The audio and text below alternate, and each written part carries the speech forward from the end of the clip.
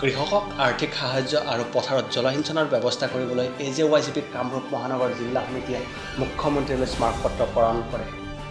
সম্প্ৰতি ৰাজ্যত স্বাভাৱিক বৰষুণৰ অভাৱত কৃষকসকলে ভয়াৱহ সংকটৰ সন্মুখীন হৈছে। ৰাজ্যখনত জলসিঞ্চন ব্যৱস্থাৰ আজিকোবতি উন্নতিকৰণ নোহোৱাত কৃষকসকলে বতৰৰ ওপৰত নিৰ্ভৰশীল হ'বলগীয়া হোৱাটো দুৰ্ভাগ্যজনক বুলি অভিহিত কৰে AJYCP কামৰূপ মহানগৰ জিলা সমিতিয়ে।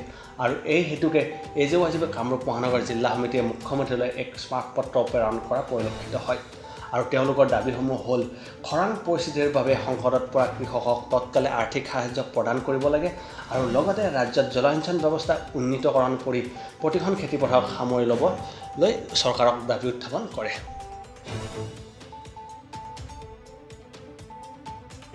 খৰাং বতৰৰ ফলত আমাৰ অসম ৰাজ্যৰ কৃষকসকল যথেষ্ট অসুবিধাৰ সন্মুখীন হৈছে। কৃষকসকলে খেতি পথাৰত শস্য ৰোপণ কৰিব পৰা নাই। অন্য হাতেদি চৰকাৰে ইমান ঢাল ঢোল বজায় যে তেওঁলোকে কৃষকৰ স্বাৰ্থত ইমান কাম কৰি আছে, কিন্তু গাঁৱে ভূঞে কৃষিভূমিত আৰু কৃষকসকলে যিখিনি চৰকাৰী নিম্নতম সা সুবিধা পাব লাগে, এই মুহূৰ্তলৈকে এই চৰকাৰখনে এই নিম্নতম সা সুবিধাখিনি কৃষকক প্ৰাপ্যখিনি আজিলৈকে প্ৰদান কৰা আমাৰ পৰিলক্ষিত হোৱা নাই। আমি জানো অসমখন এখন কৃষি প্ৰধান ৰাজ্য। অসমৰ অৰ্থনীতি কৃষিৰ ওপৰত নিৰ্ভৰ কৰে, কিন্তু এই চৰকাৰখনে এই মুহূৰ্তলৈকে কৃষকৰ প্ৰাপ্যখিনি তেওঁলোকক দিয়া নাই। আজি আমি সমগ্ৰ অসমতে এই খৰাং বতৰৰ ফলত চৰকাৰী জলসিঞ্চন নথকাৰ ফলত খেতি পথাৰত এক অবৰ্ণনীয় পৰিস্থিতিৰ সন্মুখীন হৈছে এই কৃষকসকলে।